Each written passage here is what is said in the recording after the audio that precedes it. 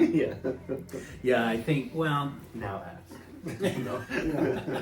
Hey everybody, welcome to For Those About to Talk. Welcome. Jim, take it away, buddy. How you guys doing? It's been an interesting week, but I'm doing okay, thank you. How about you? I'm glad the camera was not rolling too Earlier, 30 seconds ago, but yeah, I'm doing good. I'm glad it's Friday. Yeah. We can pick up where the laptop kids go to bed.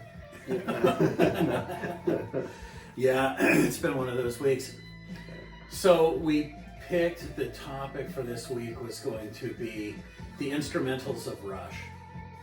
Now, for Jim and I, this is an easy one. Which order do you want them in, and how much detail would you like us to go into? But Good, Jeff. Good. You guys carry it this week because it's been a struggle. Because you're a Rush fan, but not a big Rush fan. Just a I You like appreciate that a you- lot of their songs. If I'm in the mood, I'll put them on because they don't sound like anybody else, and they have a they're unique. So they have a few songs that I like, but. I was having a tough time. Just instrumentals in general, I have a tough time. My idea of instrumentals is like the Gladiator soundtrack. You know, seriously, shit like that, or like John Williams' greatest hits for movies. I'll have that on in the background if I'm at work or something. But besides like Mr. Scary from Dawkins, or the Switch whatever from Def Leppard, I don't get into a lot of instrumental stuff, and I think that's why we're talking about a couple episodes ago about Yngwie and Satriani and stuff. A lot of just long instrumental stuff, and it's just I keep wanting to jump in and sing. It's just not happening. So I think with Rush, they were kind of well known for having long instrumental passages in a lot of their songs. Go all the way back to the second album with Vitor and the Snow Dog. It has this long kind of weird, and you also have to understand in mid-70s, prog rock was really kind of peaking at that time. And so, there was a lot of this one-upmanship that was going on between bands like Genesis and Yes and Gentle Giant I've just finally been checking out lately. They're kind of cool.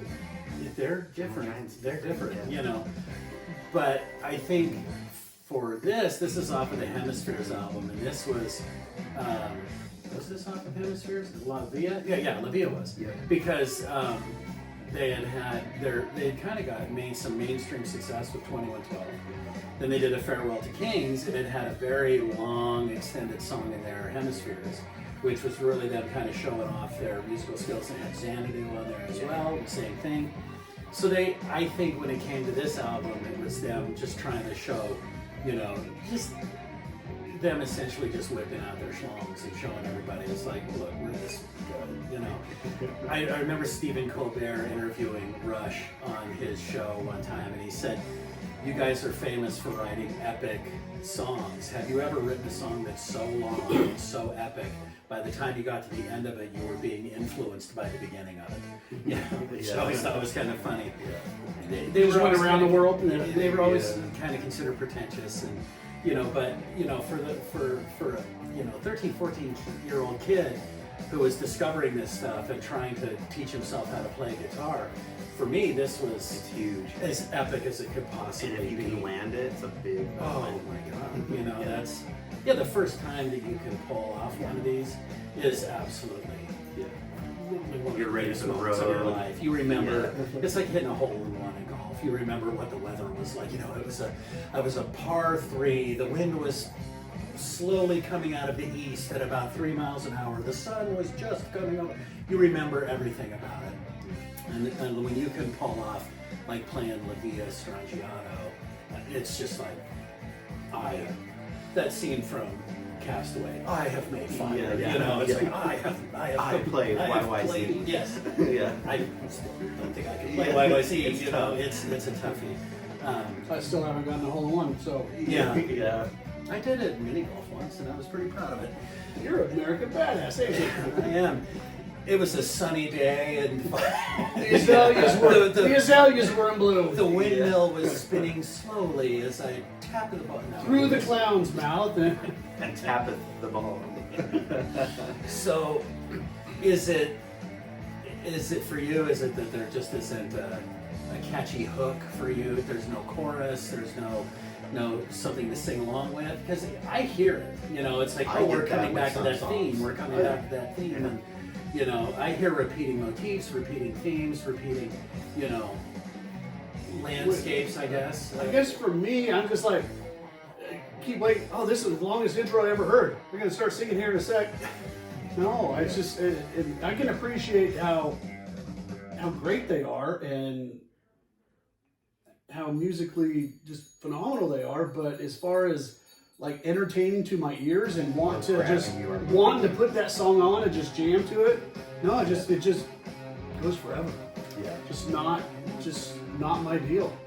It's interesting because like when I was young and first hearing Mr. Scary, for example, I was like, this is the coolest song ever. Once the singing comes in, this is gonna be amazing. And then never comes see? in. So in my mind, I'm like waiting for a singing part.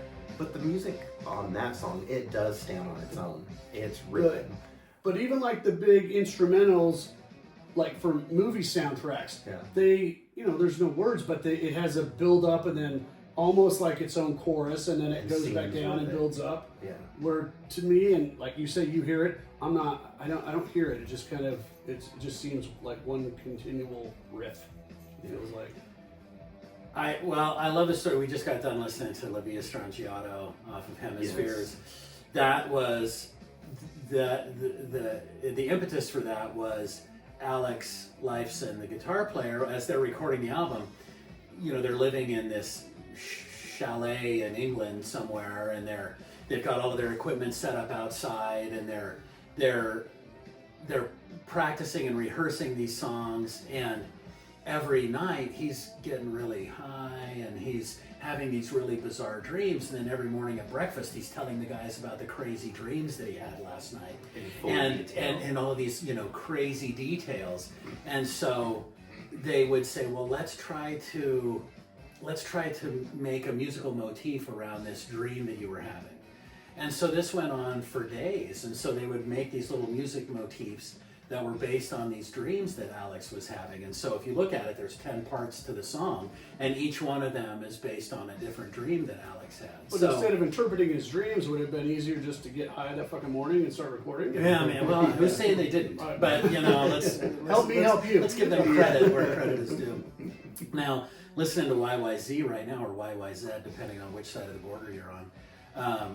YYZ is the alphabetical code for Toronto's airport, and so the guys in the band always knew that when they saw YYZ on the itinerary, it meant that they were going home.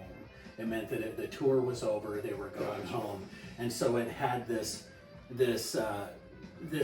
deeper meaning to the guys in the band, YYZ.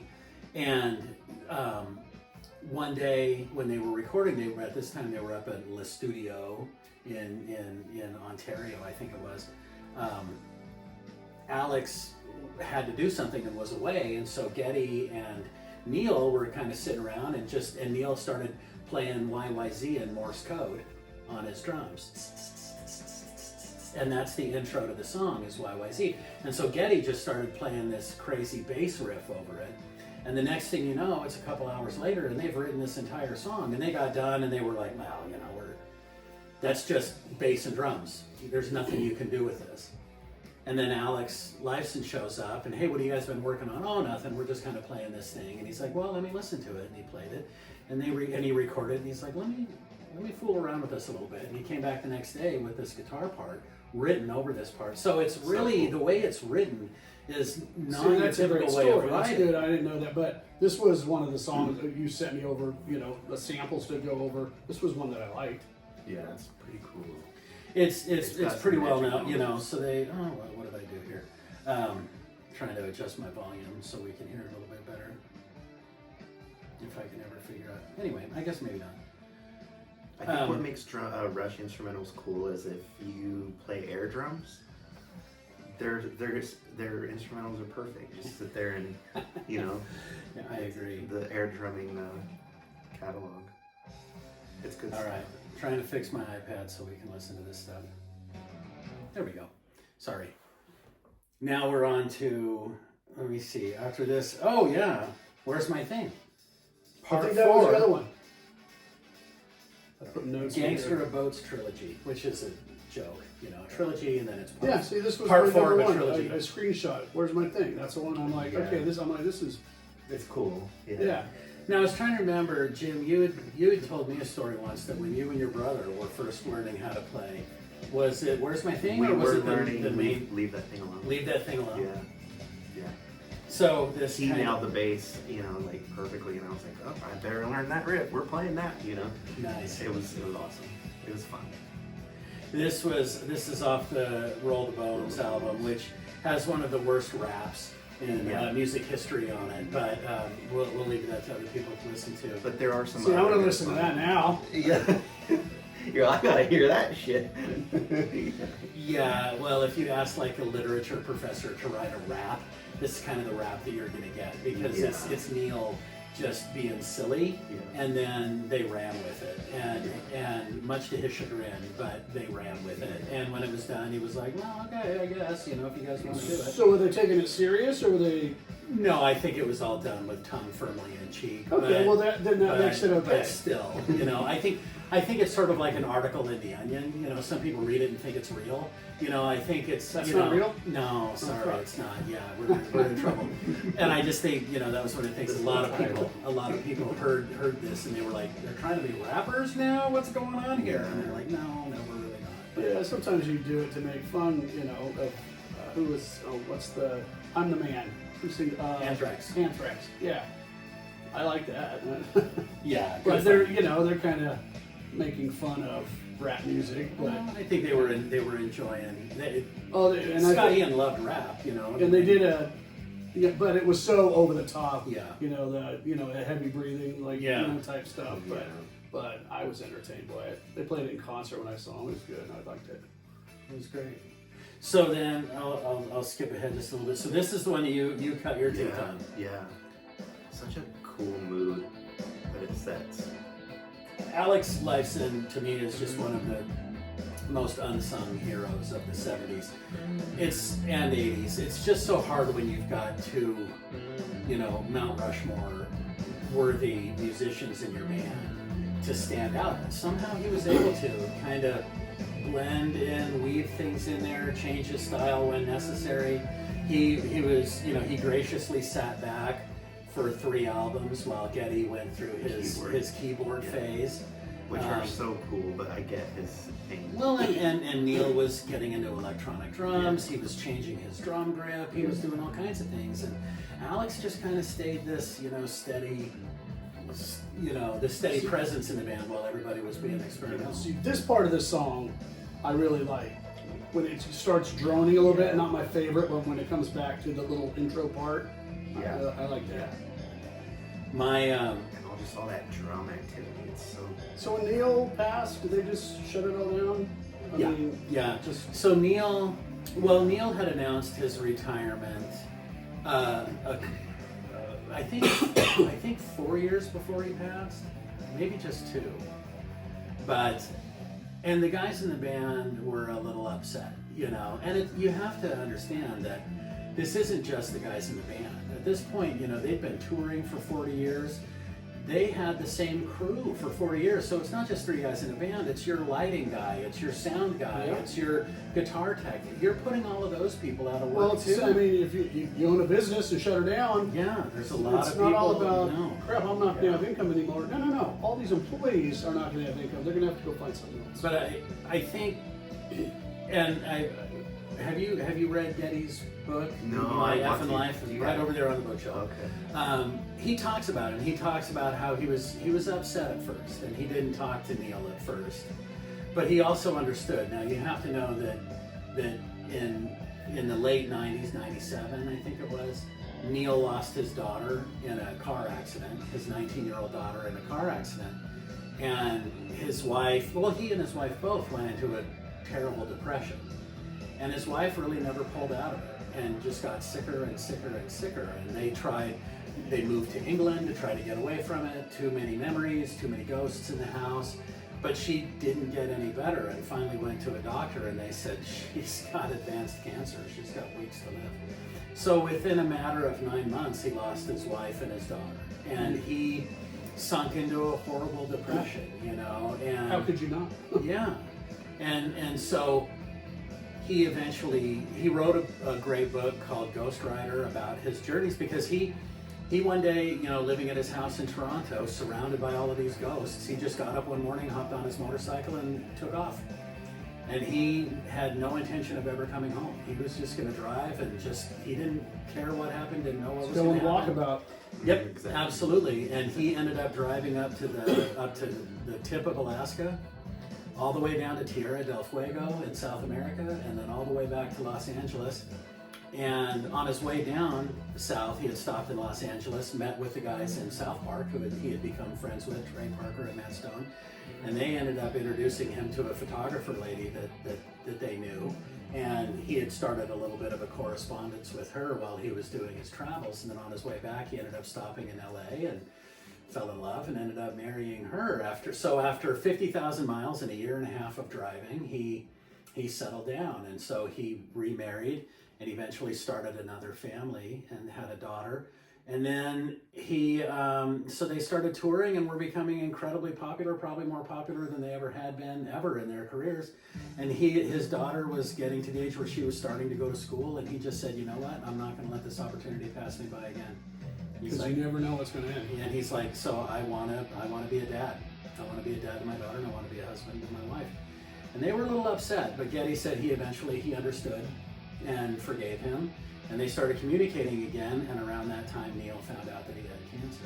And I read an article, his wife wrote an article in Rolling Stone about it, and she said he was a Sunday New York Times crossword guy. And he would do it in pen, and he would time himself and finish it in under 20 minutes. And it started taking longer and longer. And finally one day he went to her and he said, I'm struggling with words. And she goes, well, maybe you need to go see a doctor. And so I went to the doctor, and they were like, yeah, buddy, you got brain cancer. You got a tumor, buddy, and you ain't got much time.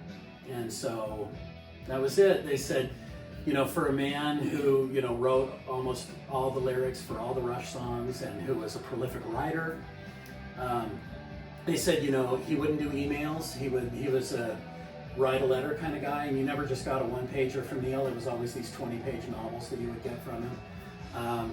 The first thing to go was his speech. So he was unable to communicate. And so the last year and a half of his life was spent pretty miserable, from what I understand. Damn. But they protected his privacy. They didn't tell anybody about it. They all spent time with him. They all spent time together. But in the end, he passed, and they waited a week or so before they made it public, because they wanted it to be a very private affair, because Neil wanted it to be a very private affair, because he was always a very, very private person.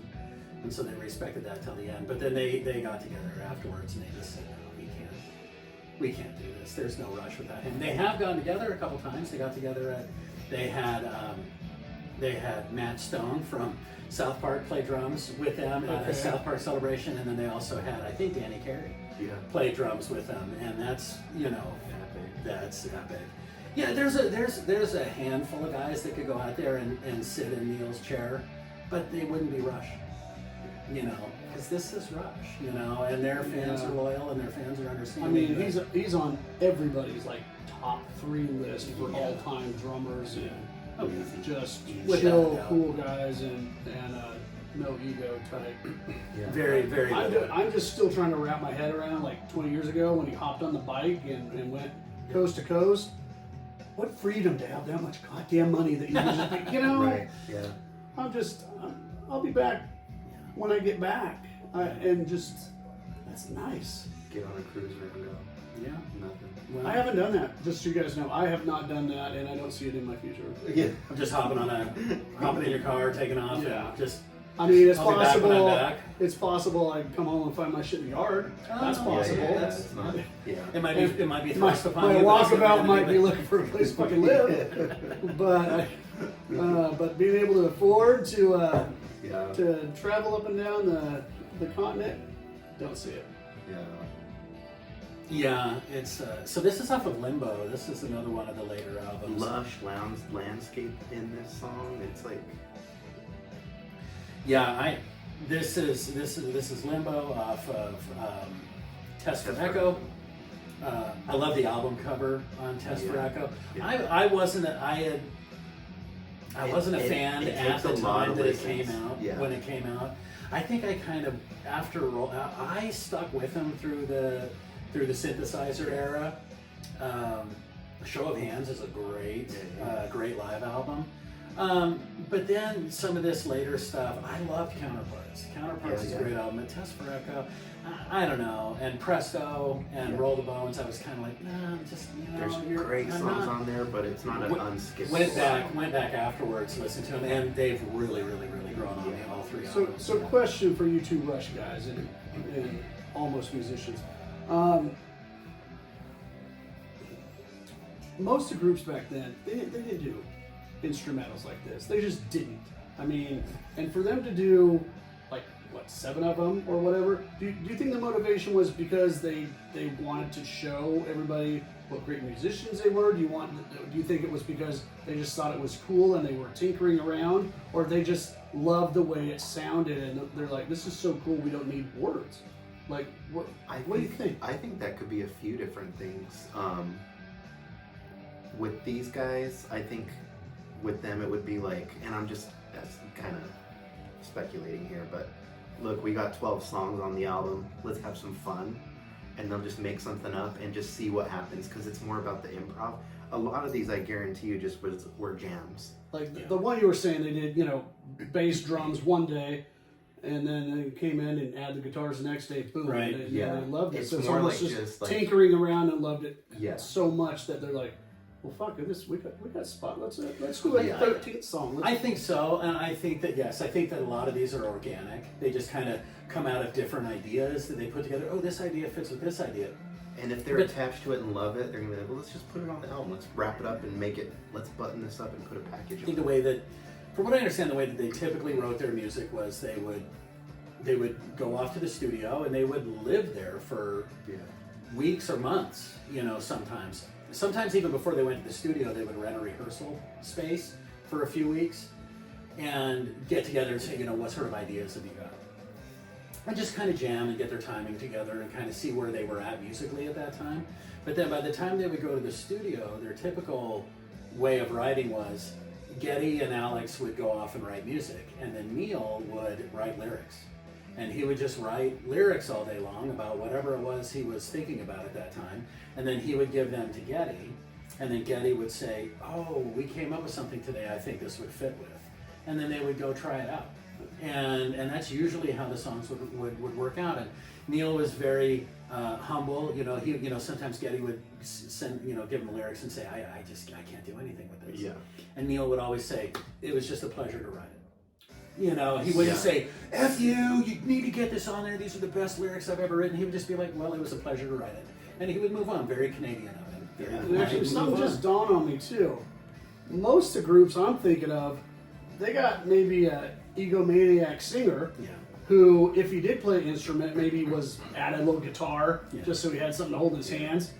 And in the studio, that egomaniac singer's probably like, what the fuck do you mean I'm not going to sing on this? Yeah. They didn't have that, Yeah, so you got three exactly. guys, they each had to play that instrument, and so it makes a little bit more sense. That's Yeah, and I think that, I mean, sometimes... you don't see Lost doing instrumentals. Well, I think, sometimes with these guys, they would just say, this is good enough on its own. We don't need to...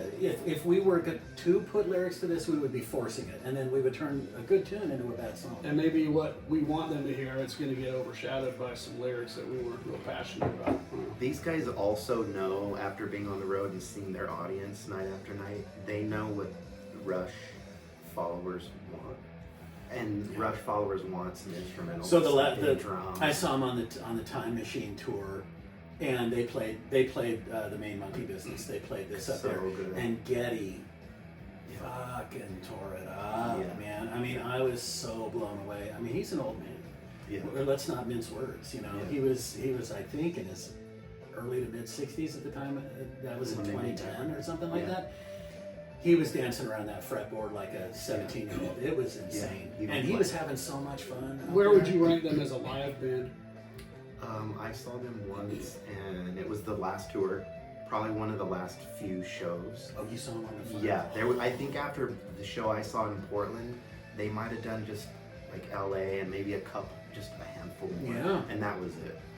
And on that night, Neil did a drum solo. It was they were, I could say that they were perfect because they sounded like them, but older. Like Geddy's voice is a little more husky now and lower.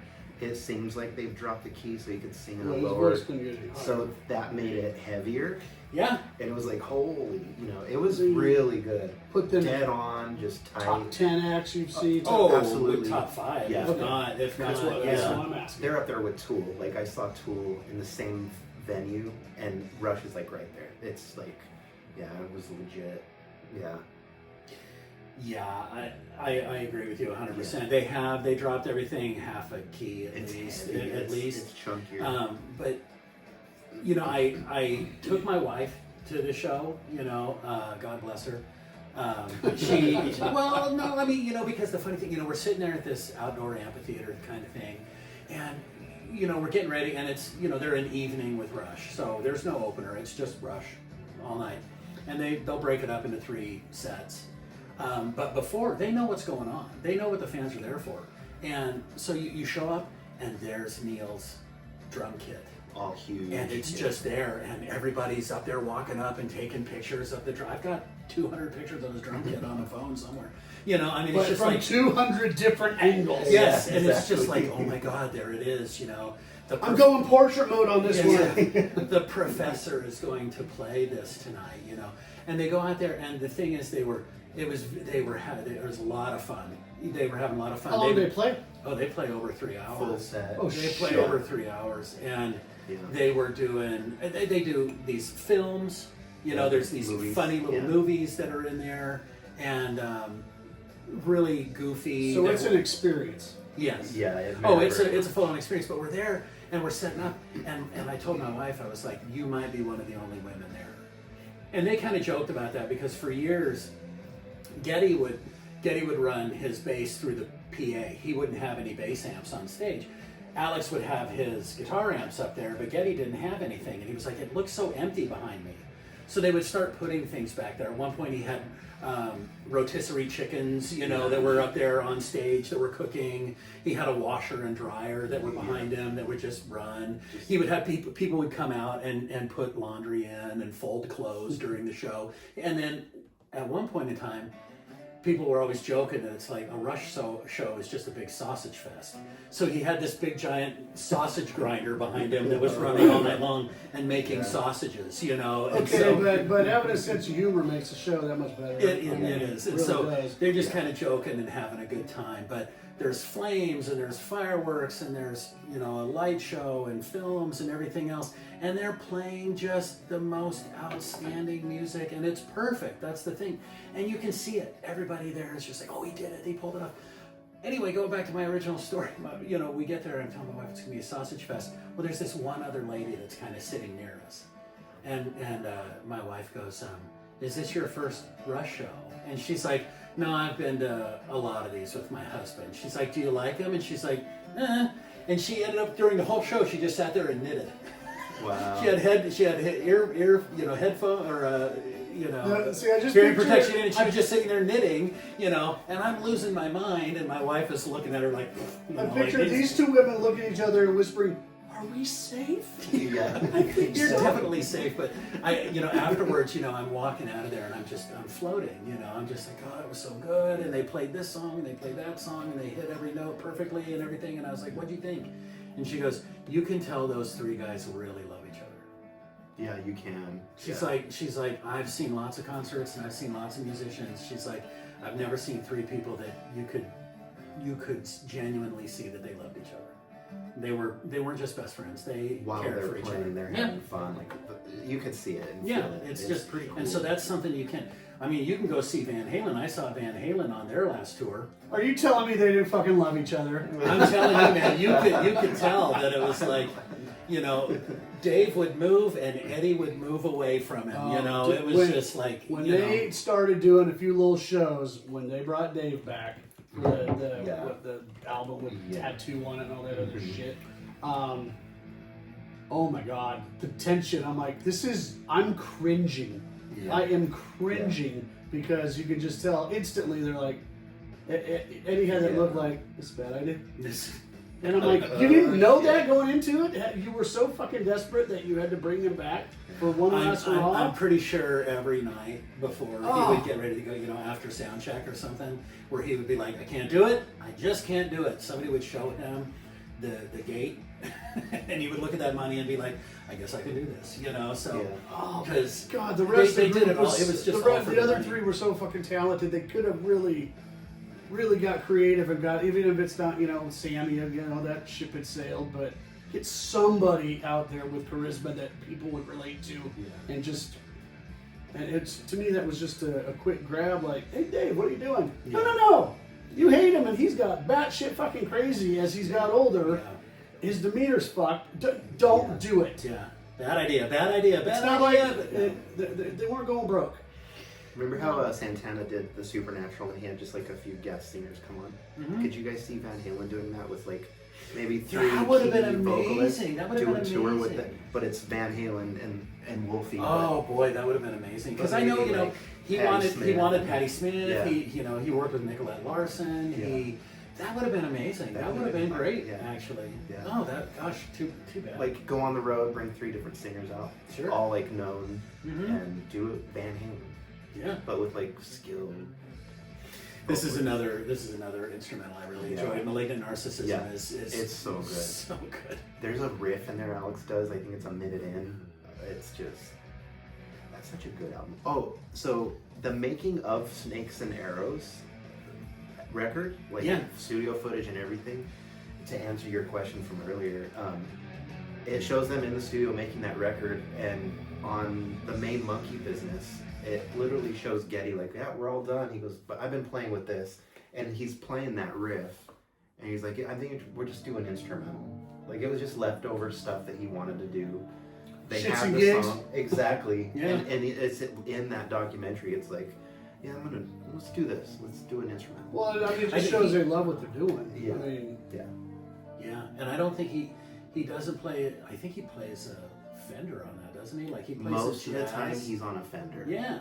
Sometimes So he he'll does the pull Rick out. Rickenbacker live almost exclusively, but for these. Sometimes I know in an era he was Rickenbacker, then he got the jazz Well, he had the Steinberger for a while and there the back in Steinberger the, and the Grace Under Pressure days ish, something like that. But The Steinbergers were these guitars that didn't have a headstock on them, and the body was shaped like a shoebox. Real It was just a little. little square, and then it had this little neck with no headstock. So Yeah. the tuners were down on the bottom, and they were just these funky looking things. But okay, Very I've expensive. seen pictures. they of were them. super These, like, popular for about they 5 like years carbon there. fiber necks and It's just some weird. kind of technique. And it just always looked weird when you would see somebody playing one. You'd be like, "What the hell Yeah. is going? What happened to your, you know?" But yeah.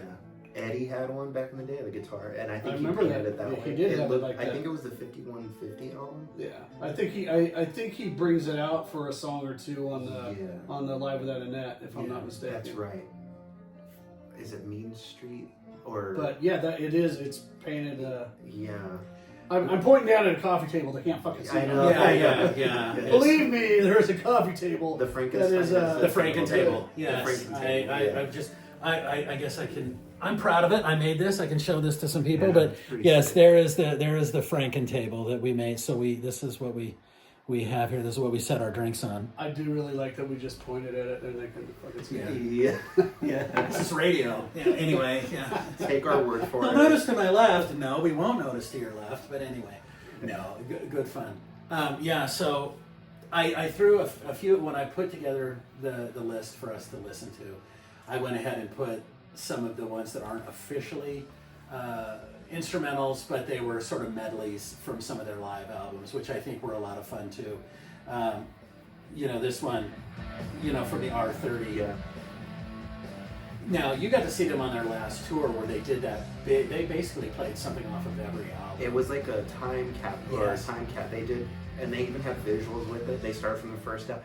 Actually, They started the showed very around. first. But they did. I know that for the when they're playing, because they did "Finding My Way," I think, and "Working Man" from the first Rush album, and on stage they bring out like some tennis hoop or some basketball hoops. Because it was like that was back in the day when they were playing gyms, you know, they were playing school dances and stuff. Yeah. And so, How many studio albums they have? Approximate. well, I can name them for you if we have a second. Count So there them. was Rush, there was Fly By Night, Caress of Steel, 2112, Farewell to Kings, Hemispheres, Permanent Waves, Moving Pictures, Signals, and those were the 9 that they did with Terry Brown, and that's when you can really see their sound change. Then what was that? Was it Hold Your Fire? No, Power Windows. Then No, it was Grace Under Pressure, Power Windows, Hold Your Fire. Those were the 3 synth heavy. yeah, So that's Ones. about 12 right there. Yeah, that's So yeah, that's if you want 12. to play something off every album, really. Yeah, then they you better did have a- Presto, Roll the Bones, you better be playing for, Counterparts. like- Counterparts is a great album. That's when they really kind of got back to their rock roots. Test for Echo. Then the accident happened, That was and the they took break. the 5-year break. from '96 to 2001. Tom Sawyer, the biggest hit, I would assume. For sure, that's the one that's Yeah. most recognizable. Then they did Vapor Trails. They did a cover album called album. Feedback, which I don't really count as a studio album. Any They- good? Yeah, I mean, Obscure covers or like real yeah, popular? kind of. No, you would know some of them, like Mr. Soul and things like that. They're deep cuts, but it was from back in their bar days. You know, the Gotcha. songs that they played when they were. They played Crossroads. Kind of like, hey, this is a shit we were covering in the bars when we Yeah, started. yeah. That's It was it. kind of these were the songs that we Oh, when they would that's get kinda together. cool. When they would get together with a new, you know, it's like, what songs do you know? It's like, These well, I know, 3. I know these, and it's like, Yeah. okay, well, we We can played jam them on at this. prom last Then they week, did- yeah. and we're gonna rock that shit at a bar mitzvah next week. Yeah. Then they did the Feedback was the covers album. Ben Smith. Then it was So they got Snakes- over 20 studio Snakes albums. and Arrows, and then the Yeah. final one was Clockwork Angels. I think Clockwork Angels was 19, wasn't it? 2012. Yeah, No, yeah, I mean yeah. their 19th Yeah. studio album. I think. You're right. I was always hoping they would get to 20. The but- crazy thing about Rush too is they would put out a record and then be on the road for 2 or 3 years, but they would always put out a live album Yeah. corresponding to the record, the studio record, and a DVD in those later years. So Yeah.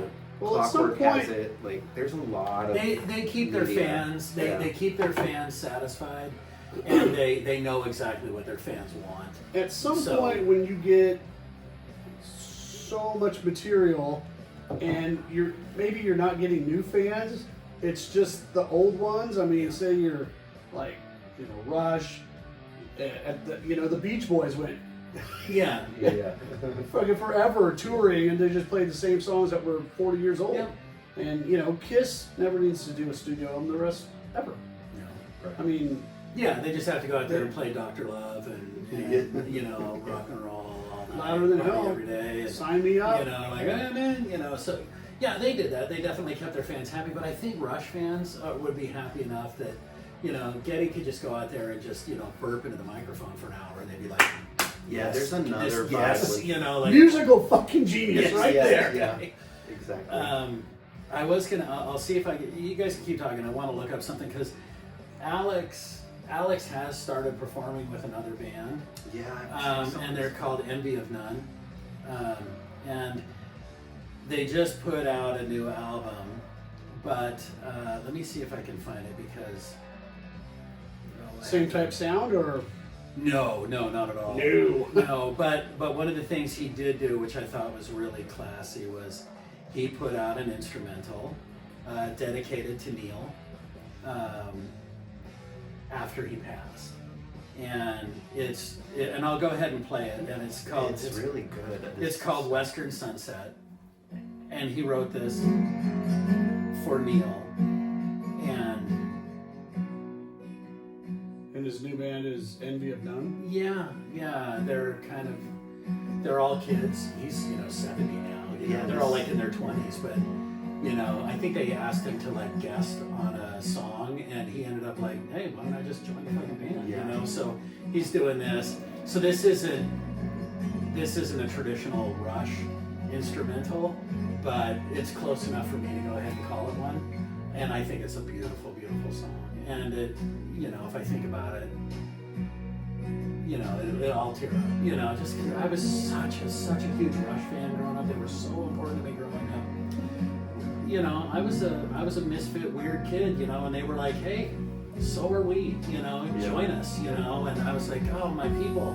And for Neil, anything he wrote, I bought it, read it. Anything that they recorded, I'd buy it and listen to it. You know, over and over and over again, and spent 1,000 hours on the corner of my bed trying to, you know, figure these things out as a kid. And so when I hear things like this, it's very touching. See, for me, I was a lot more godlike as a child, and I don't know what the fuck happened. I got no clue. Adonis mode when you're a kid. So, Jeff, I'm glad you took the time to listen to him at least, you know, and dip your toe. It might have been a little bit of an adult education for somebody just learning about Rush. Honestly, if I were to recommend, you know, somebody who doesn't know Rush, I would probably say start with moving pictures.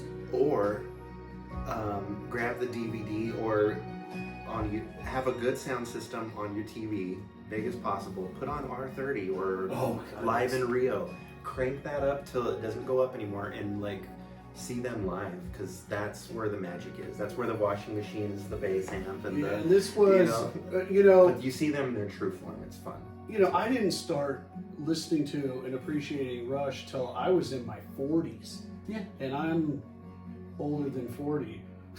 Yeah. Yeah, so it was, you know, when I was younger, I liked the more aggressive stuff and didn't appreciate, you know, I like catchier stuff, and then, and I had, you know, friends that like Rush, and I'm like, I don't get it. And then you get older and you're like, oh, okay, well, I'm not, you know, you do the Tommy Boy. Well, I'm okay with this Carpenter song if you are. Well, fuck, I'm not going to change it. I don't want to reach over there. Yeah. And then you just start listening to it, and the next thing you know, you're just like, okay, this is pretty good.